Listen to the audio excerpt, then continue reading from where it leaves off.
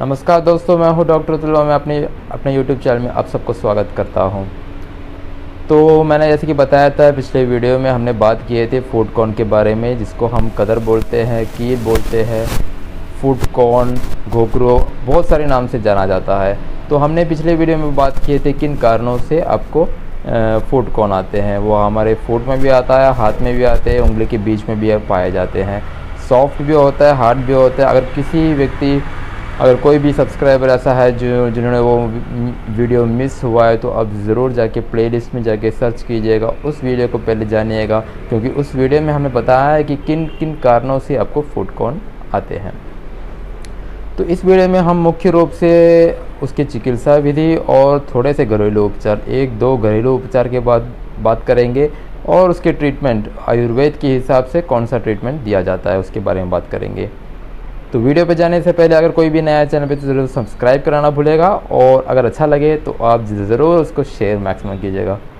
तो जैसे कि मैंने पहले बताया था कि जो फूड कॉर्न होता है वो हमारे फूड में भी पाए जाते हैं और हाथ में भी पाए जाते हैं, उंगली के बीच में भी आता है। वो सॉफ्ट होता है, हार्ड होता है। मेनली हमारे जो फुटवेयर्स होते हैं, जैसे कि साइज़ अगर ठीक नहीं है, टाइट शूज़ पहनते हैं, हाई सैंडल शू पहनते हैं, रफ सरफेस में चलते हैं, नहीं तो जो स्वेटिंग ज़्यादा होता है, तो उस सब कारणों से क्या होता है, हमारे फूड में कॉर्न पाए जाते हैं। फूड कॉर्न जो बोलते हैं, कदर जो बोलते हैं आयुर्वेद में, उसको वो पाए जाते हैं।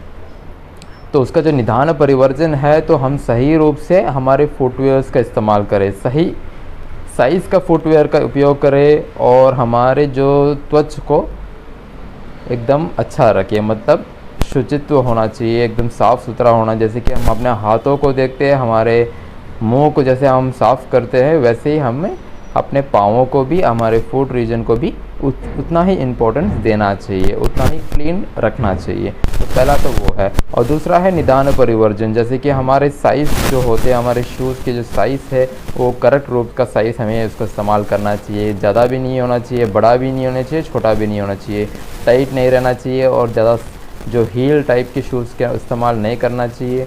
अगर आपको स्वेटिंग होता है तो आप पाउडर्स का इस्तेमाल कर सकते हैं।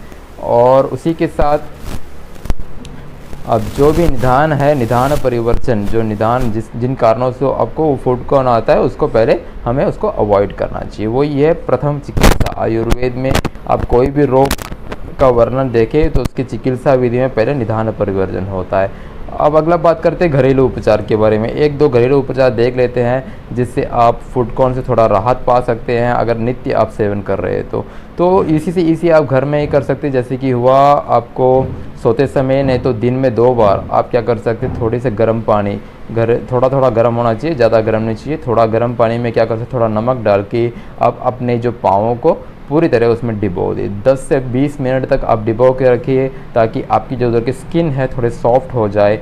और जैसे ही 20 मिनट के बाद आप उसको अच्छे कपड़े से साफ़ करके रख सकते हैं। ऐसे आपको नित्य सेवन करना चाहिए, नित्य करना चाहिए। आप दिन में 2 बार मिनिमम करें, 3 बार करने से भी अच्छा है।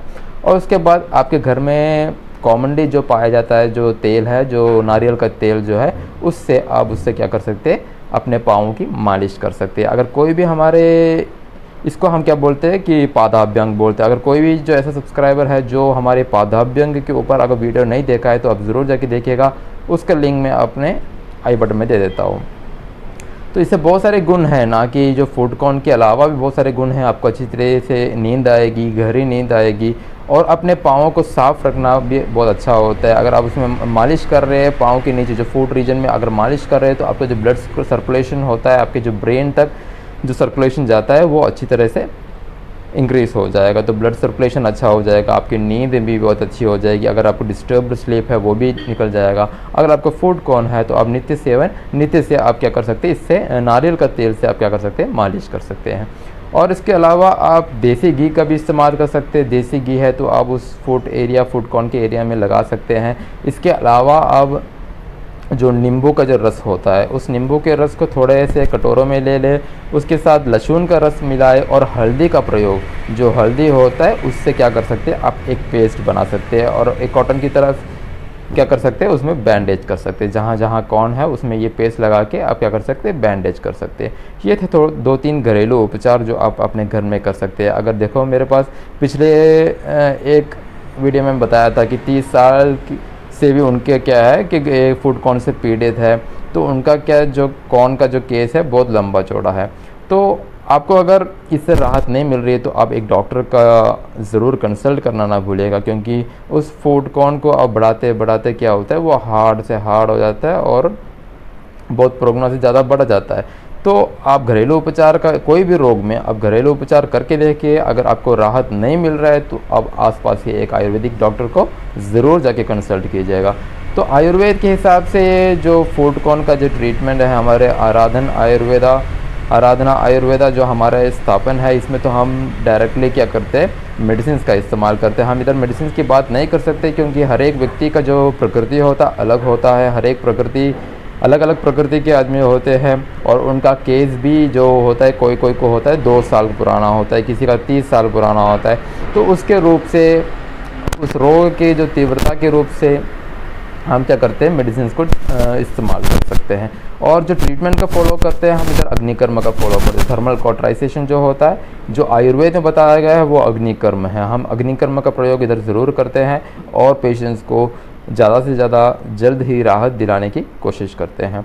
और इसके साथ मैं बता दूं, अगर कोई भी जो फूड कॉर्न से पीड़ित है, जो कदर से पीड़ित है, कील के रोग से पीड़ित है, तो आपको अगर हमारे साथ कंसल्ट करना है तो नीचे दिए गए नंबर पर आप ज़रूर कॉल कीजिएगा, मेल कीजिएगा, आपको ज़रूर रिप्लाई आएगा और आप हमसे डायरेक्ट कंसल्ट कर सकते हैं थ्रू ऑनलाइन।